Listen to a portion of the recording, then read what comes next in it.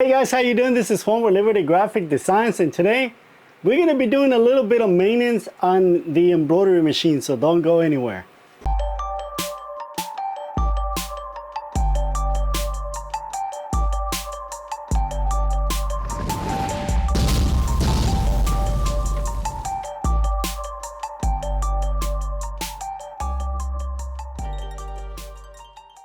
Okay, so every time I do a big run on the embroidery machine, I like to clean it.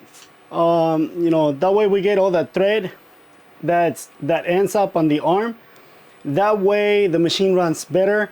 I like to oil it, make sure again everything it's running nice and smooth. And what you're gonna need for this, you're gonna need an oiler, something like this, or if you have a pan oiler, something like this. You're gonna need a brush, small one, like this, and you're gonna need a screwdriver. In this case, I got this little pancake screwdriver. Just like that. That's what you're gonna need.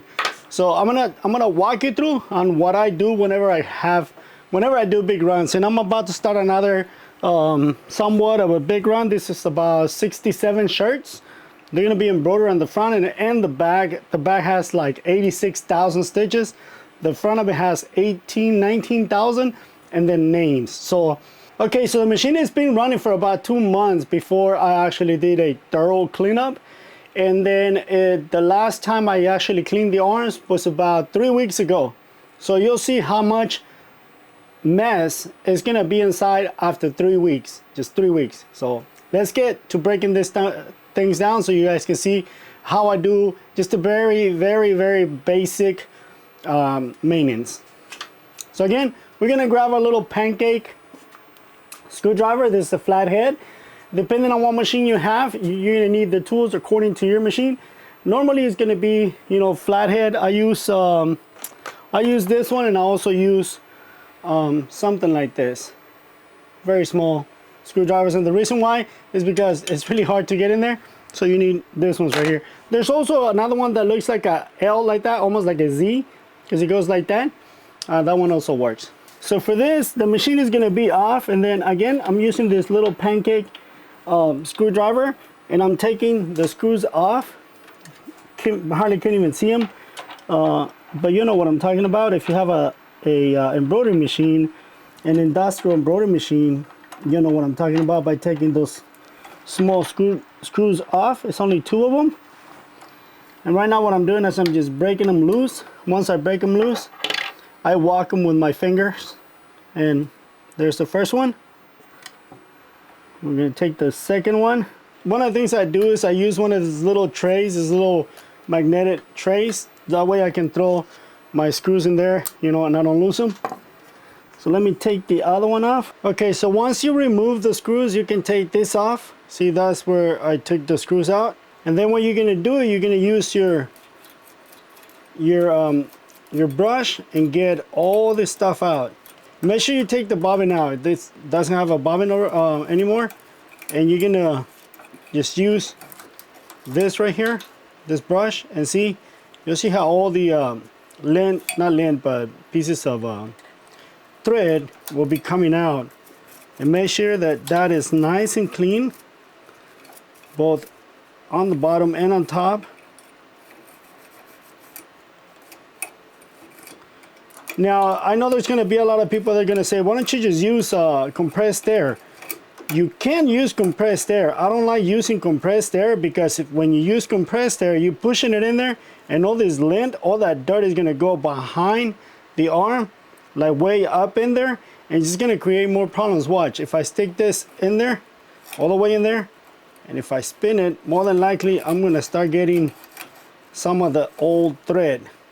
No, see, that one's kind of clean, but I did get some out. So that's why I don't recommend using compressed air, because of all the stuff that you'll be pushing back in the machine. Just like that. Again, make sure it's nice and clean. And then once you clean it, you want to use this oiler. I mean, you can use one of these oilers. This is like a pan oiler, or you can use something like this, and then you just want to put one drop on the bobbin, and literally, like, I don't know if you saw it, 1 or 2 drops. The knife doesn't need any. You can put one right there where, you know, where it's like movement, and then behind it you'll see a small hole where you can put some more oil in there. So I'm gonna go ahead and do all of these right here, and we'll come back so we can put this back together, and then I'll show you what to do. So let me show you what it looks like. Like if you have a single head, like for example, this is a multiple head, right? This is a 6-head machine, but head number 1 is the one that I use the most. I'm gonna show you what it looks like when you use it a lot.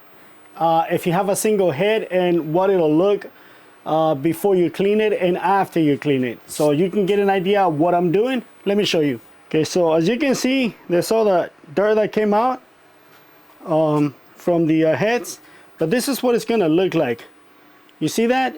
There's a bunch of thread, you know, when every time you cut the thread, and the reason why you see that many in there is because I was doing names on shirts, and every time the machine cuts it, there'll be a little piece of thread. Now, if I was to use compressed air on this right here, all that thread, I'm gonna be pushing it back in the arm, and later on you're gonna be creating more problems. I don't know if you can see, there's a small hole right there. That's where you gotta put oil in there. So that's why we have to clean it, because look at all this lint. And this is after about 400 to 500 shirts that I was doing. And each shirt, it had a 97,000 stitches in the back and 25 or 26 in the back. So that's a lot of usage on this machine. So that's why we want to clean it, because you see how bad it looks. Okay, so now that we clean all the arms, what I'm going to do is now I take the needle blade and wipe it clean, because underneath the needle blade there's also lint, and now we can replace the needle plate back where it's supposed to go. Put those 2 screws back. Another thing that you should do is you should take these plates out and then oil the needle bars. That way, again, the machine is running like it's supposed to. I do that at least once a month, cleaning the entire machine, where I take this out and I take what you saw me doing right now. So now what I'm gonna do again is I'm gonna replace the needle plate, and then the 2 screws that hold the needle plate down. Your machine might look different than mine, because you might have either a newer machine. This is an older machine. This is a 97. So your machine more than likely is gonna look way better than mine. You're gonna have different components to the machine, but it's gonna be basically the same thing. When it comes to cleaning, when it comes to maintenance, it's gonna be very, very basic. A lot of the same stuff that I just did right now, you're gonna be doing yourself on your newer machine, or on the on another brand. Like for example, this is Tajima. You probably have a Barrett, Ricoma, or Happy, ZSK, whatever machine you have. Again, the maintenance is going to be very, very similar. The parts, like for example right here on the arm, yours might have a cover on the arm, mine doesn't. So, but everything is the same. So once you put the needle plate back in place, you're done. That's it. That's the very basic maintenance that you need to do, or you need to perform on your machine. I will suggest you do this after every big run, or every 2 to 3 weeks. That way your machine is nice and clean and it's running like it's supposed to. Thank you for watching, guys. If I missed something, please let me know. Again, I didn't do nothing with the needle bars. I didn't oil the needle bars on this video, but in the next one, I will show you how to take everything out, and you can oil the needle bars and all that good stuff. Thank you for watching, guys. It was a pleasure like always. Let me know if you want to see any more maintenance on these machines. Let me know if you want to see how we do whatever on these machines, and I'll try to make a video. Thank you, guys. God bless you, and I will see you in the next one. Bye bye now. Adios.